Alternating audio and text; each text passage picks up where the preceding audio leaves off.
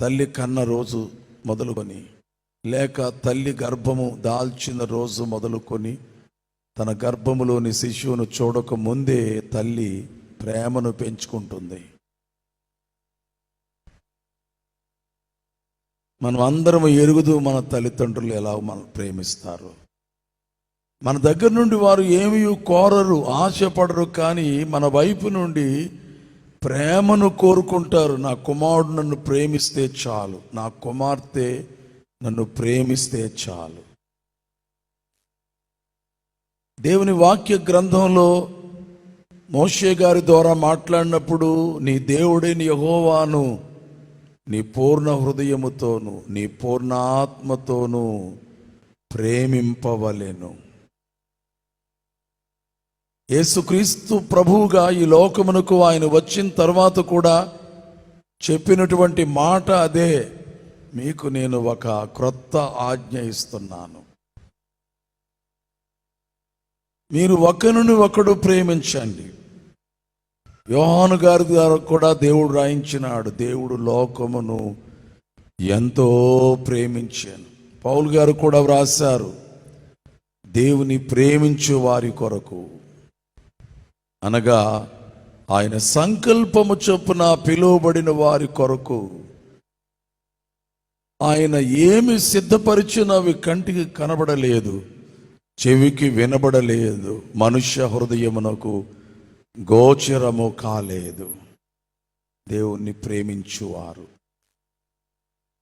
లోకమును ప్రేమించుట కడకు మనము మోసపోతాము.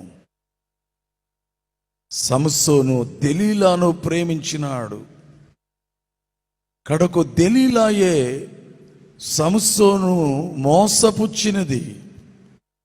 కడకు అతని జీవితము విషాదాంతమైనది, అనగా విషాదముతో ముగిసిపోయినది. బలాఢ్యుడు, ఏమీయూ చేయలేని వాడై ఫిలిస్తీన్ల చేతులలో బాధలు పడి, ఆ చరిత్ర బైబిలు చదివిన వారికి అర్థమవుతుంది. లోకపు స్నేహము దేవుని వైరమని మీరు ఎరుగరా? ధ్యానంలో కూడా కుమారుని ద్వారా ప్రభు అదే మీతో మాట్లాడి ఉన్నారు. ఎవరి స్నేహము వలనను నేను సంతోషమును పొందలేను, బలమును ఆదరణను పొందలేను, కానీ నీ సహవాసమే.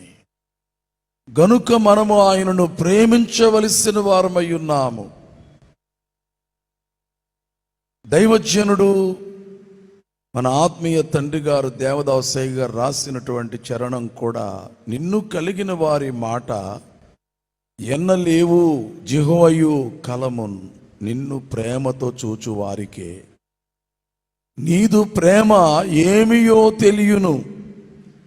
ప్రభువు కూడా చెప్పిన మాటదే, నీ తల్లి కంటెను, తండ్రి కంటెను, అన్నదమ్ముల కంటెను, అక్క చెల్లెండ్ర కంటెను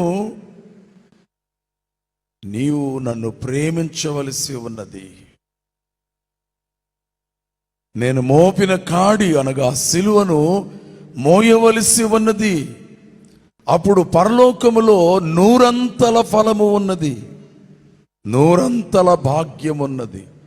100 ఏమి కలిగిన వారి కన్నను ప్రభువును కలిగి ఆయన్ను ప్రేమించువారు ధన్యులగుచున్నారు. గనుక జీవితంలో ఈ 2 సూత్రములు మనం పాటించగలిగితే మిగిలినవన్నీ సరైపోతాయి. దేవుణ్ణి ఎవరు ప్రేమిస్తారో ఇక వారు పాపమును ప్రేమించరు, పాపాశలను వారు జయిస్తారు, పాపేచ్ఛలను వారు జయిస్తారు, వాటి జోలికి పోరు. ప్రభువును ప్రేమించేవారు ఆయన్ను దుఃఖ పెట్టరు, ఆయాస పెట్టరు, ఆయనకు విరోధమైనది చేయలేరు. గనుక మొట్టమొదటిది ఆయన యందు విశ్వాసముంచుట, రెండవది ఆయనను ప్రేమించుట. మన హృదయం అంతటిని కూడా తడిమి చూచుకొని, ఇందులో ఎవరున్నారు, నా అంతరంగములో ఎవరున్నారు, లోకమా, పాపమా, శరీరాశల, ధనాశయ, దేవుని కంటే నేను ఎవరినైనా ఎక్కువగా ప్రేమిస్తున్నానా? నా బిడ్డలను ప్రేమిస్తున్నానా? నాకు కలిగిన వాటిని ప్రేమిస్తున్నానా? దేవుడు లేకుండా నాకేమీ లేదు కదా. అందుచేతనే మనము విశ్వాసం ఉంచాలి, దేవుని యందు విశ్వాసం ఉంచాలి.